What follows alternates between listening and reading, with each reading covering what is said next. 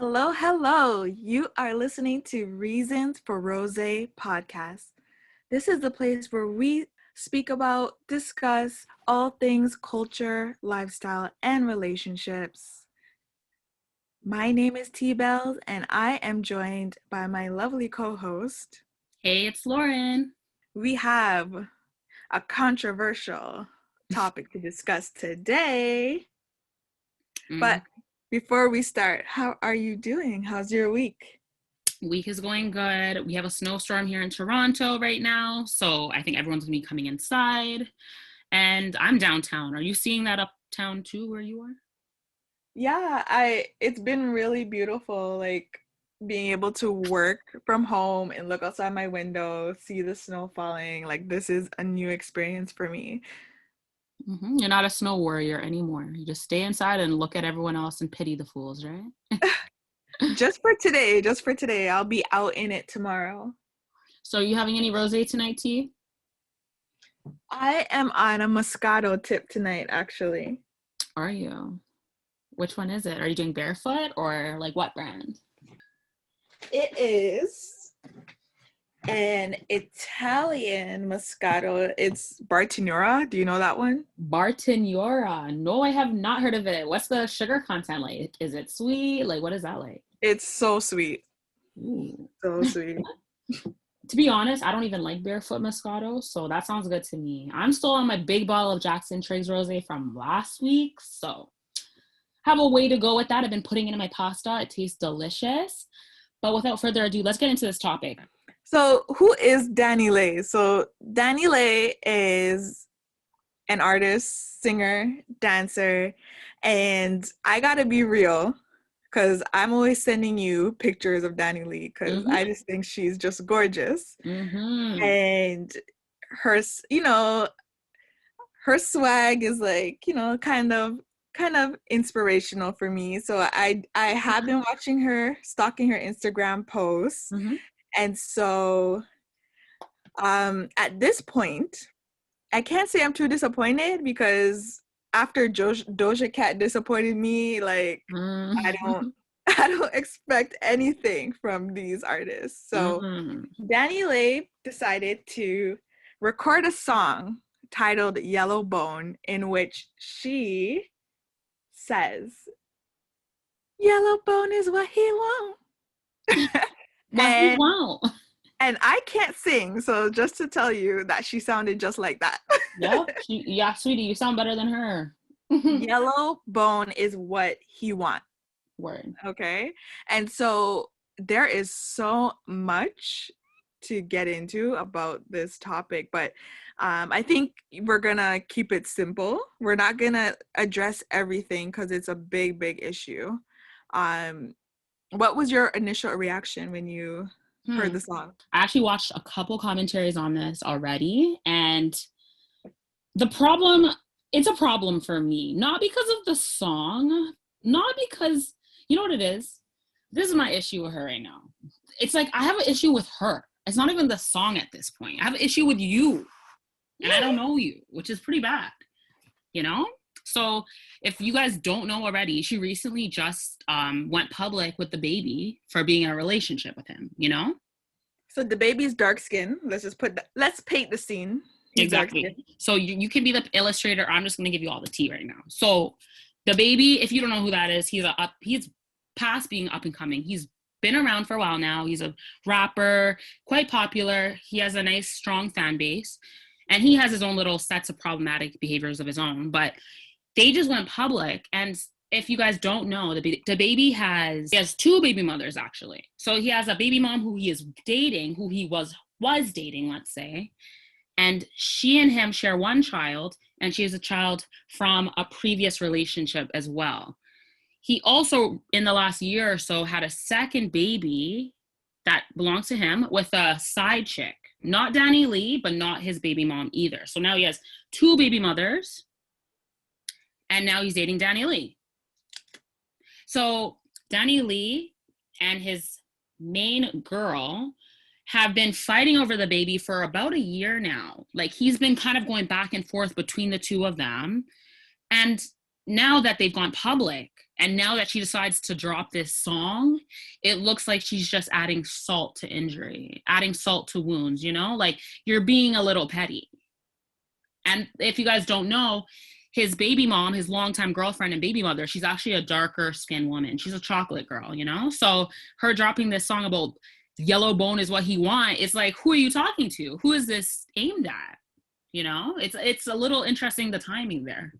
If she is singing this song as a shot to the baby mother, does that change anything? Not at all. Because why did you make it about skin color, girl? Okay. First of all, I mean, if you want to come for the first, this is the issue too. Why do you want to take a man away from his family so bad? I don't understand. You know, like, I don't get it. Well, a man can't be taken away from his family, but That's true, but to go then and make a song, I mean, if you wanted to take shots at the girl, like, I mean, you could have done it without making this song that offended so many people. And I think truly that's kind of where she was going with it, because if it wasn't for that drama she had going on in her life, I don't know what else has inspired this song to come about. Unless, of course, this is the rhetoric that she has been fed her whole life, which is most likely.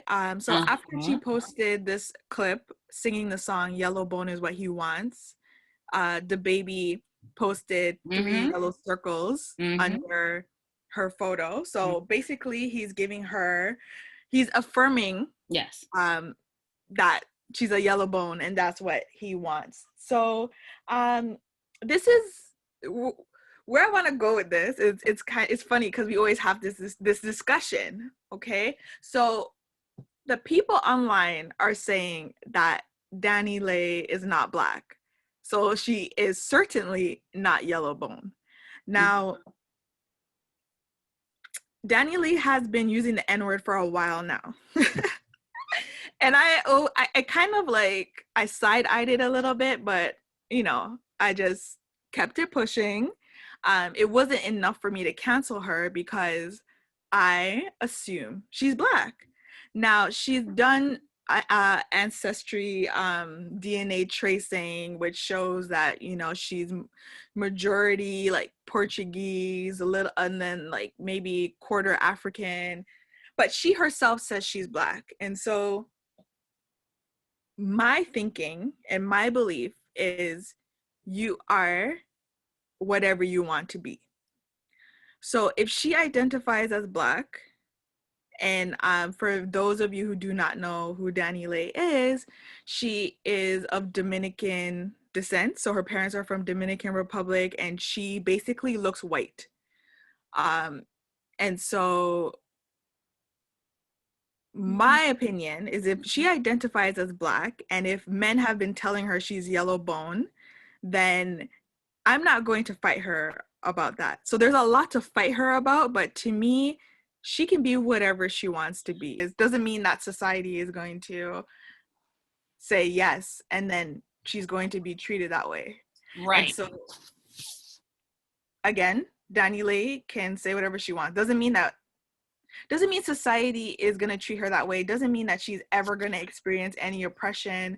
And yes, there's a huge issue with people opting in to Blackness when it is convenient for them. When it serves them, yep. When it serves them. And this is a huge issue for even people in the Caribbean, like, you know, Guyanese people, white Indian people who are Caribbean or who are African, who opt into Blackness when it's the Olympics or when it's, you know, when it's the FIFA World Cup or when it's Carnival. It's great to be those things, but, you know, if a police officer pulls you over, you would want to distance yourself as much as possible from that. So of course, I do see how problematic this is. Well, I mean, this is the thing. I guess it comes down to what does it mean to be Black nowadays? That's a really huge topic in itself, but from the looks of things, if you've looked into her mother and her sister, which I've seen on YouTube, they're both there on YouTube, they're extremely white passing. Actually, Dani Leigh is the least white passing of her family. But to be honest, I mean, where does she get off thinking she can use the N-word? I don't understand. And I think the problem is now it's such a cultural norm that even kids growing up are using that word. It's super common now that Chinese, Asians, Indians, Sri Lankans, that word's almost now more so a part of hip hop than it is a part of blackness, because blackness and hip hop are kind of separating at this point, I think, because hip hop is now mainstream. Mm-hmm. But the thing is, hip hop has African American roots. So now we're having this situation that we have. Yeah.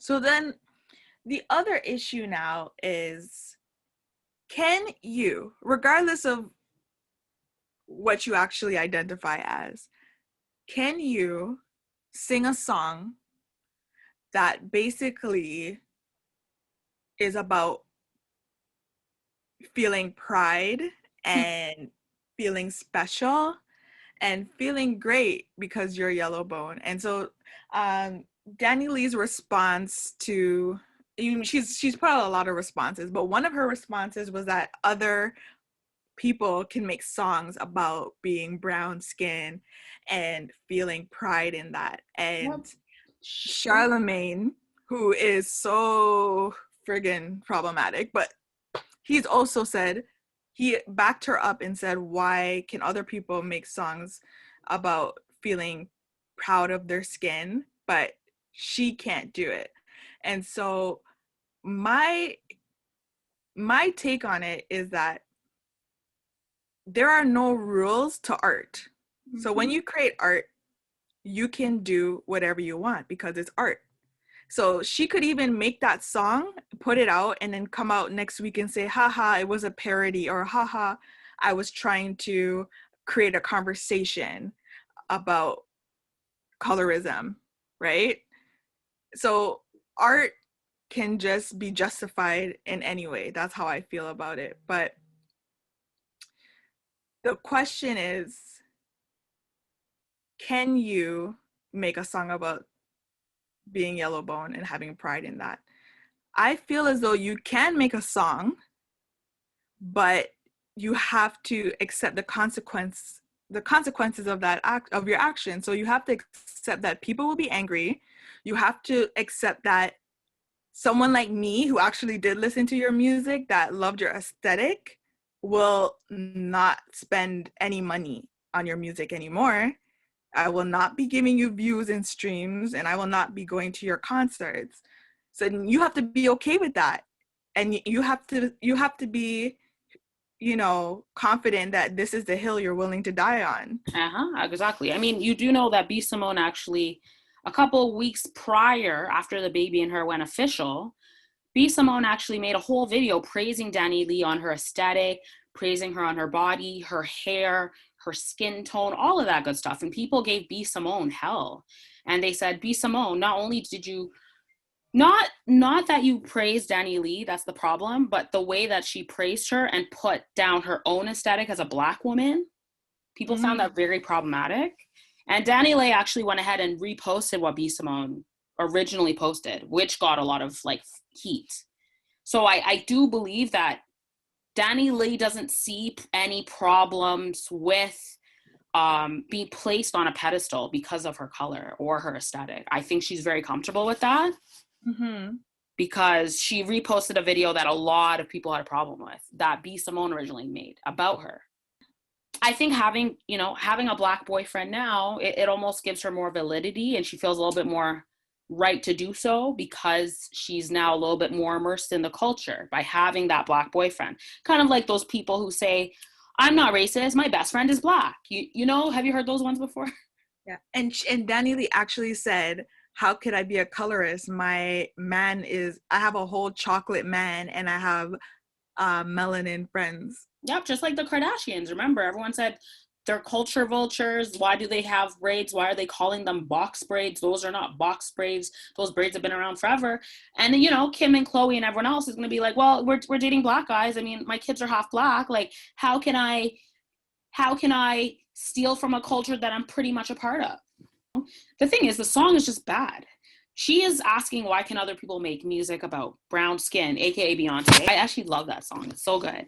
But I feel like she's not remembering the context. She's acting as though she doesn't know the context of why people are making songs to praise brown skin. Because traditionally, if she went to, you know, even high school, we all know about the oppression of the Black community, and skin color had a lot to do with what type of class you fell in within the colored community, right? Between a house slave and an outside slave, and then even further on as things change, right? So you don't need to be praised when you already are preferred.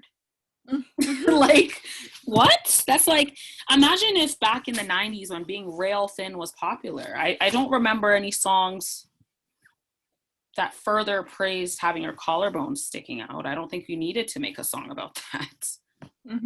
I think we already knew that was the style. Yeah, for sure. But I mean, with that same token, I mean, there's music that we have today that idolizes a standard of beauty that we already know is the standard, but it continues to be perpetuated by the music. So with that being said, is there really a difference between her singing about light skin versus a rapper singing about he wants a girl with a big butt? Is it because it's coming from a woman? Because remember, Pop Smoke made a song about, you know, the song Diana? I think it's called Diana. And it's like light skin. That's the thing. He lists out the characteristics of what he wants. He wants a girl who's light skin, big butt. And girls love that song. And he literally says light skin as one of the characteristics. So how is that different? Yeah. And there's so many examples. There's so many examples of artists that have done that. So like, is it only, are we mad because her as the woman is taking, like, because men always list their preferences in their songs. They always characterize that woman who's the woman of their dreams in their music. But is it because she's the idol of affection that we are giving her a hard time? Like, because we already know? Like, is it because like she's the apple of the majority's eye that we're kind of irritated by it? Do we see it as like arrogant? I think that there's so many reasons why the public is upset about her making a Yellowbone song. I think it's her lack of accountability, her classifying people's critique as being haters. Yes. Essentially having something negative to say because they're jealous. Yeah. I think it was the response. The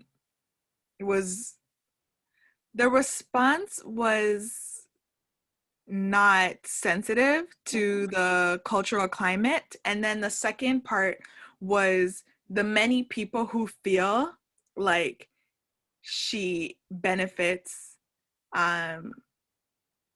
from basically trying to take on a Black aesthetic.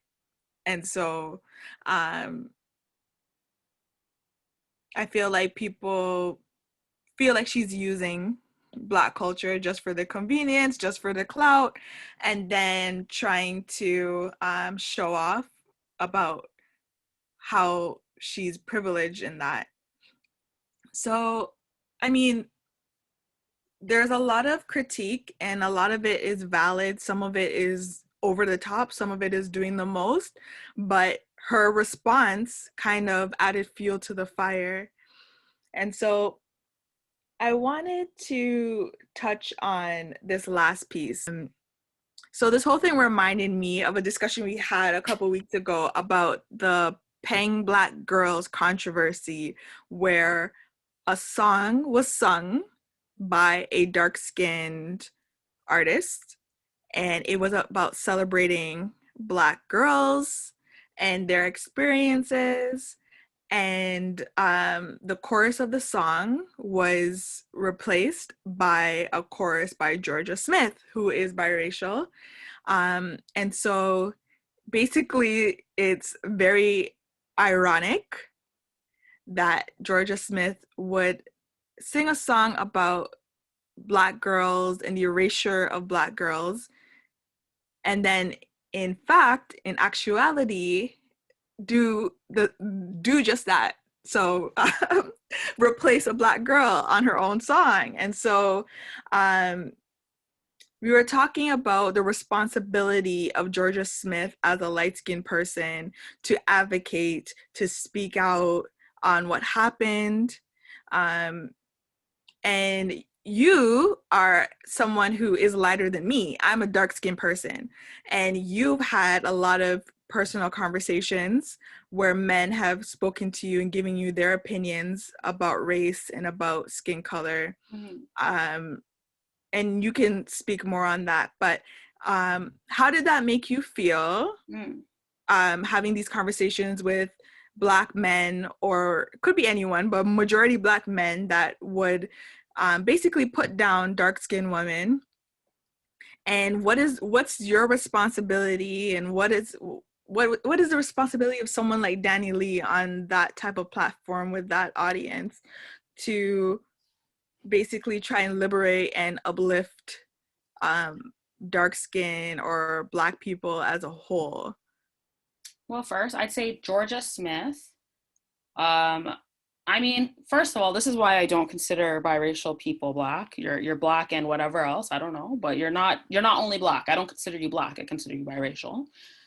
Because you typically, you are kind of in a different category. You're either going to be considered like the preferred Blacks, which is a lighter skinned person, or you might even be passing as something completely different. So I don't really classify biracials as one of the two. Like, you're both, you know? If we consider Georgia Smith Black, then we shouldn't have a problem with what happened. Right? Because if she's Black, she didn't replace another Black person. Like, she's Black, right? Apparently. So I don't see that as a problem then. I don't consider her Black. So to me, I see the issue there. But the thing is that, you know, historically, you know, you're Black. There are many places where you would have gotten a job over me because you're lighter than me. Exactly. So then what Georgia Smith did, she could have done it if she was a Rihanna, or if she was someone else that was light-skinned but also Black. Well, that's the thing. But Georgia Smith she's biracial, no? Like, she's not just a light-skinned Black person. She's literally multiple races, right? So, but if we consider her to be Black, then there shouldn't be a problem with what happened there with that whole debacle. But I don't know. So I'm sure other people see where I'm coming from on that. But I mean, in terms of like private conversations with people, growing up, my mom is lighter than me. My mom literally looks like a biracial, half Black, half white woman. If you've seen her, she has very light skin and her features are a little bit more mixed. They're not as Afrocentric. My mom has really small lips, light skin. She has hazel eyes, etc. So growing up, she always told me, like, men used to value her for her looks. They would come up to her and be like, I love your eyes and your skin color. You look so exotic. And they would make her out to be this mystical creature. And she got really turned off by that because it happened a lot. And she always told me, like, men like that creep me out.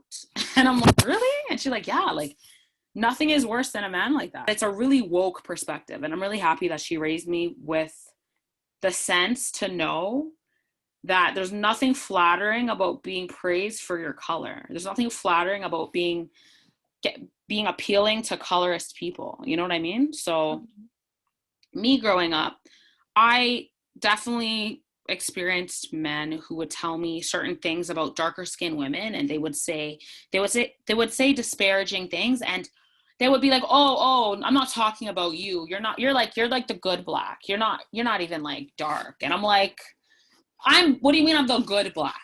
Excuse me. Like, I'm Black. My parents are both Black. they're like, oh yeah, but like you could pass it like light skin. It's totally fine. And I'm like, or even I've had men tell me, oh, you know, like us light skins need to stick together. We're going to make some beautiful babies. And I'm like, really?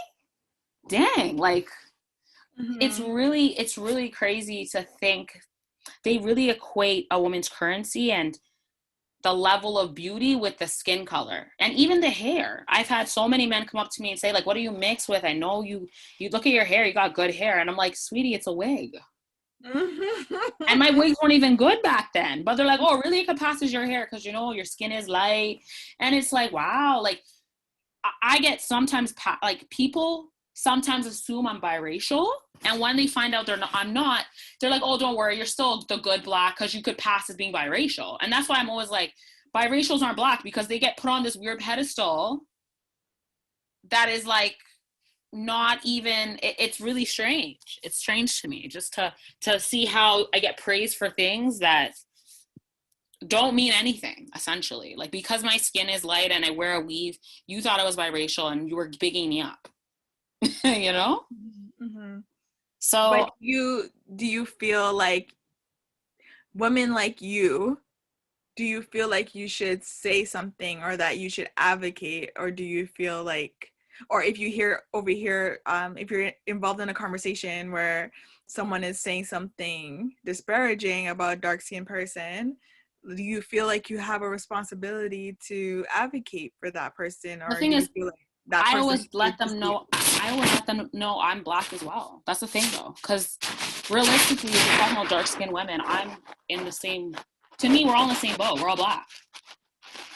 So when they talk about, oh, like, black girls this, black girls that, oh, no, I just mean, like, the dark skins. I'm like, no, but I'm black too, though. Like, it's all the same. They're trying to, like, really separate all the categories of skin shade and turn them into their own separate thing. There's no point of arguing with fools. That's one thing. I'll keep that in mind. But on top of that, it just shows me who I don't want to be around. I mean, realistically, what can I say? I mean, they're never going to, I feel like, what do our viewers say? I'm sure some of you out there have experienced this as well. What do you normally say when someone puts down your people and says you're not a part of that group because of this feature or that feature? I grew up as a big girl. I was always really big and overweight. So have you ever had a compliment where someone said to you, like, oh, you're really pretty for a big girl? And then you're like, so why can't I just be pretty? Did you have to throw that part in? Like, it's kind of like that. We're like, oh, like they're placing you as above, but you're still at the bottom. Like, even though you think I'm good for being a black girl, like, I'm still a black girl at the end of the day. So when you talk about black women, that bothers me because I'm black. I'm not gonna get excited because I got an elevated position. You know what I mean? Like, it's coming from the wrong place, you know? Yeah. I think that you are more enlightened than maybe the average person. So you have been able to look at this deeper. Obviously more deeper than Dani Leigh has, because she has literally just played the role like, I didn't know, I had no idea. And I feel like many people do that basically because why would they want to lose their privilege, right? And so yeah, what do you mean by why would they want to lose their privilege? What do you mean? So why would anyone who is at an advantage, who has been given many opportunities for a certain reason, want to create equality, because then they would not be special anymore? And so it's really hard to try and get people to understand why equality is so important. But we could definitely go on and have like a conference about this topic, and there's much more to discuss. And as we can see with these artists, these celebrities, they will continue to give us more reasons to be disappointed and more topics to discuss. But at the very least, they do prove to set an example and to be a case study, something that we could definitely learn from. And so I think we will close our show for tonight. Thank you so much for listening. Follow, share, tell a friend to tell a friend about Reasons for Rosé, where you can relax, have a drink, join in the discussion, leave your comments, let us know what do you think about the responsibility of lighter skinned women in this fight against colorism, and who gets to even say they're light skinned, and can you make a song saying that you're light skinned and you're proud to be light skinned? Let us know what you think. Thanks so much for coming in and viewing our podcast or listening, depending on where you're at. Leave your comments below. Let us know what you think. I mean, what does it mean to be Black? Who do you consider to be Black? What does it mean to be a yellow bone versus a red bone? Because those are also another subset within the Black community that's constantly being described. So let us know what you think below. Let's start a dialogue, open a conversation. We'll be commenting with you as well. And thanks for tuning in to Reasons for Rosé. Lauren signing off here. Bye. Bye.